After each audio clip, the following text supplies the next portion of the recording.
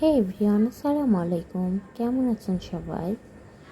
আমরা আজকে গিয়েছিলাম সিএনবিতে পিৎজা খেতে।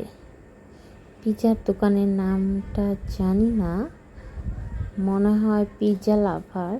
তো ভাইয়াটা পিৎজা বানাচ্ছিল, আমি ভিডিও করছিলাম। ভাইয়াটা খুব সুন্দর পিৎজা বানায়। রাজশাহীতে লাইভ পিৎজার মধ্যে আমার মনে হয় এখানে সবচেয়ে বেস্ট পিৎজা পাওয়া যায়, কারণ এখানে একটু চিজটা বেশি দেয়। চিজ বেশি হইলে তো সবারই পিৎজাটা খেতে ভালো লাগে।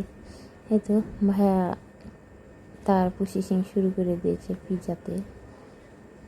খুবই সুন্দর পিৎজাটা,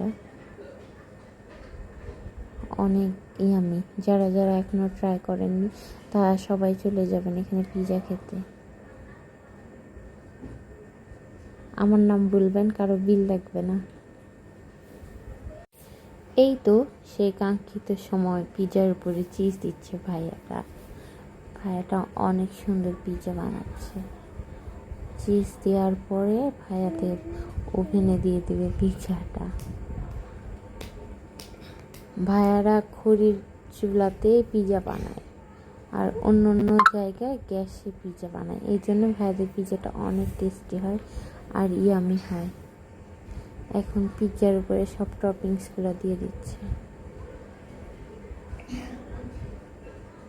এই তো এখন চাট মশলা দিয়ে পিৎজা রেডি হয়ে গেল।